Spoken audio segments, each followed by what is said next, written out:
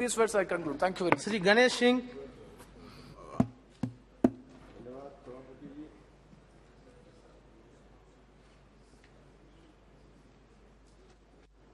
बहुत बहुत धन्यवाद सभापति जी, आपने मुझे इस महत्वपूर्ण विधेयक पर बोलने का अवसर दिया। वन्यजीव संरक्षण विधेयक 2021 जो 1972 के अधिनियम में संशोधन करने के लिए माननीय मंत्री जी के द्वारा यहां पर प्रस्तुत किया गया है। भारत के संविधान की 7वीं अनुसूची की सूची 3 समवर्ती सूची की प्रविष्ट 19 खाक के रूप में वन्य प्राणियों और पक्षियों की सुरक्षा को सूचीबद्ध किया गया था। और आज ऐसे दिन पर चर्चा हो रही है जब शेष नाग की पूजा हो रही है। आज नाग पंचमी का त्योहार है और आज वन्य जीवों की सुरक्षा और संरक्षा के लिए आज यहां पर एक महत्वपूर्ण विधेयक के माध्यम से चर्चा हो रही है।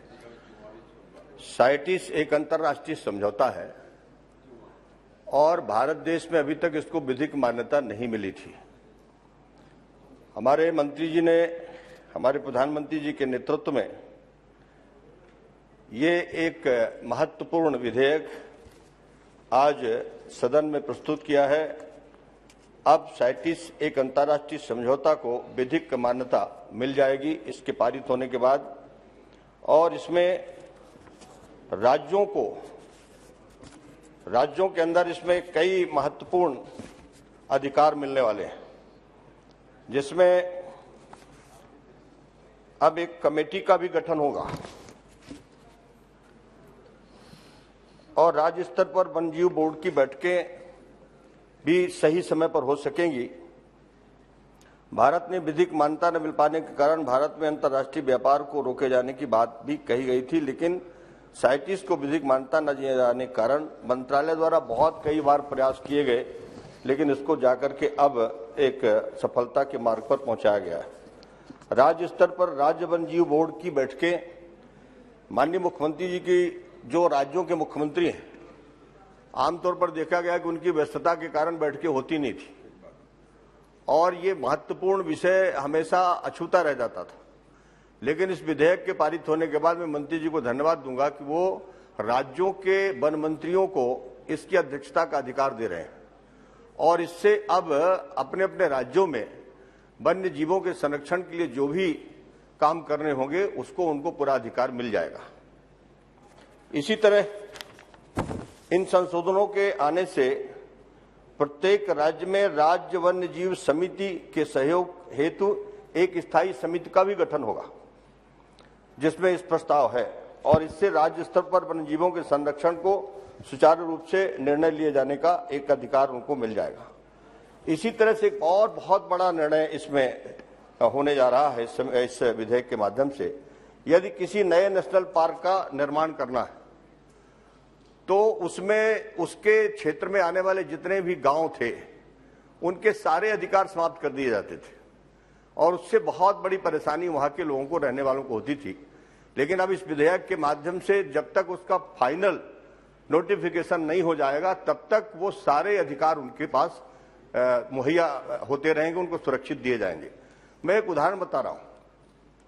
हमारे यहाँ पन्ना नेशनल पार्क है और वहां पर बांधवगढ़, हमारे यहाँ बांधवगढ़ भी, मध्य प्रदेश में कई पार्क है इस तरह से। जो उस क्षेत्र में आने वाले गांव हैं वो गांव पंचायत के रूप में भी हैं, लेकिन वहां विकास के सारे काम बंद पड़ते हैं।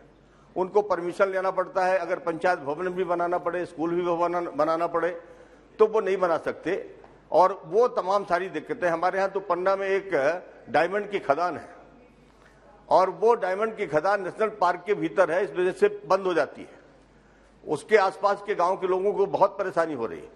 मैं चाहूंगा, माननीय मंत्री का ध्यान मैं इस तरफ आकर्षित करना चाहता हूं कि कुछ चीजें इसमें ऐसी हैं जिसमें राज्यों को जो अधिकार आप दे रहे हैं तो इनको भी इसमें अगर शामिल करेंगे तो मुझे लगता है कि जो कठिनाइयां लोगों को उठानी पड़ रही हैं उससे इनको मदद मिल पाएगी। इस बिल में वन्य जीवों तथा वनस्पतियों की संकटग्रस्त प्रजातियों को अंतर्राष्ट्रीय व्यापार पर केंद्रित कनेक्शन साइट्स को लागू करने का ये इसमें प्रावधान किया गया है।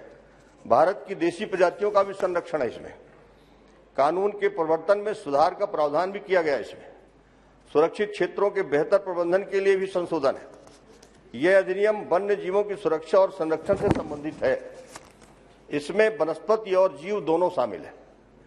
देखा गया है कि सूची प्रजातियों के अवैध व्यापार और शिकार को प्रतिबंधित भी इस प्रावधान के तहत किया जाएगा।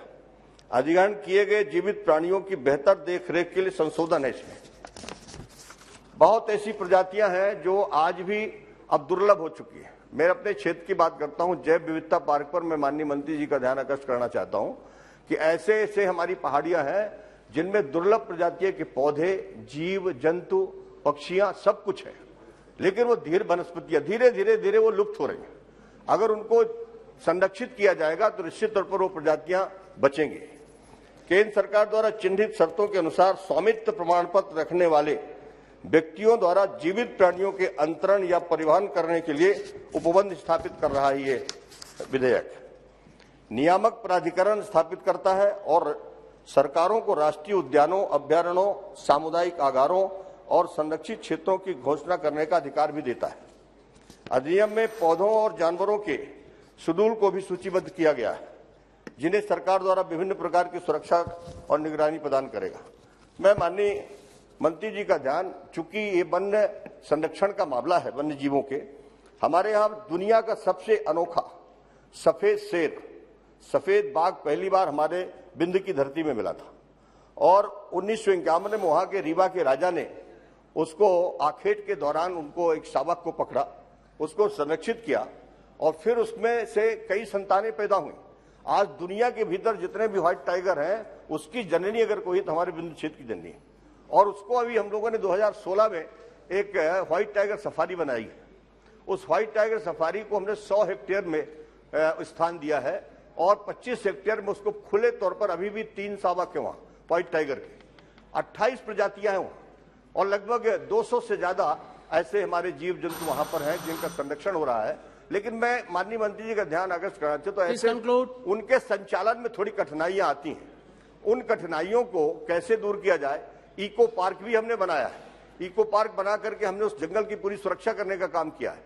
मैं चाहता हूं कि ऐसे जितने भी पार्क हों, चाहे मध्य प्रदेश के हों या देश के किसी दूसरे राज्यों में हों, उनको भी कहीं न कहीं इनको संरक्षण के लिए कुछ विशेष प्रावधान अगर इस एक्ट के माध्यम से हो सके या एक्ट के बाद फिर नियमों को बनाते समय पर माननीय मंत्री जी अपने विभाग का ध्यान आकर्षित करेंगे, तो मुझे लगता है कि बहुत बड़ी मदद इन वन्य जीवों की संरक्षण और सुरक्षा में हो सकती है। मैं इस बिल का पूरी तरह से समर्थन करता हूं। धन्यवाद। श्री हनुमान बेनीवाल।